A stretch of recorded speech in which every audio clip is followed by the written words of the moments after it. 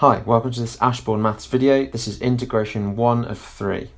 Okay, now, in our differentiation videos, what method did we use to find dy by dx? Well, we differentiated, didn't we? Now, integration is very simply the reverse process. So it takes us from dy by dx back to y.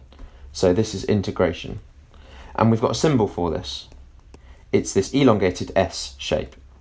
Okay, let's do a couple of examples and I'll show you how to actually integrate something. So let's say that dy by dx is equal to x squared and we want to find out what y was, okay? So we've obviously started with y and we've differentiated to get to this thing, and now we're going to go backwards with that process that I've just talked about, this integration, okay? So this is how we write it. So y is going to be this x squared thing integrated. So I just put this integral sign in front of the x squared. And then I also write this little dx, and this means with respect to x, and it just means that x is the variable that we're interested in here. Okay, so what do I do? Well, this equals x, and do you remember when we differentiated, we took the power and we reduced it by 1? Well, we did the opposite this time, so we increased the power by 1. So it's now x cubed.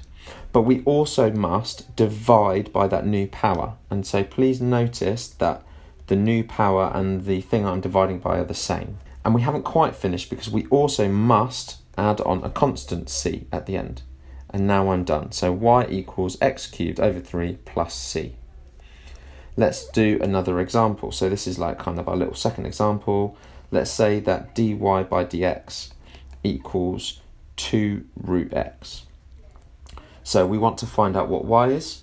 So y is, again, the integral of this thing with respect to x. Firstly, I need to make sure that I write this in index form, okay? The same kind of thing as we did with differentiation. Oh, don't forget the dx. Firstly, I just got the constant, the 2 at the front, and then we've got x. And remember, we increased the power by 1. So now the power is 3 over 2. Half plus 1 is 3 over 2. But we've got to divide by that new power, okay? And then let's not forget the plus c. And I'm going to simplify this. So again, if you're dividing by a fraction, remember you can just flip it over. So this is like 2 over 3 times 2x to the 3 over 2 plus c. So this is 4/3 x 3 over 2 plus c. And I'm done. So this is taken again from a past paper. It says the curve has equation y equals f of x. So that's some kind of curve. And they've told us that dy by dx is 3x minus 5 over root x minus 2. So we've started with this thing and we've differentiated to get that. Okay, and they want us to go backwards with that process that we've just been talking about. Okay, so I've got dy by dx equals all that stuff. Now let's write it in index form because we know we're going to need it in that index form in order to integrate it. I can now write y, which is f of x, is the integral of all that stuff. And I'm going to put it in a bracket. And even if you've got multiple terms that I've got here, we can just do the same process. We can integrate them one at a time. So let's start with this 3x. Now, before I do this, I'm going to just put these in index form as well. So instead of 3x, I'm just going to write 3x to the power of 1. And my minus 2, I'm actually going to write that as minus 2x to the power of 0. Okay? X to the power of 0 is just 1, so it's just I'm writing it in index form.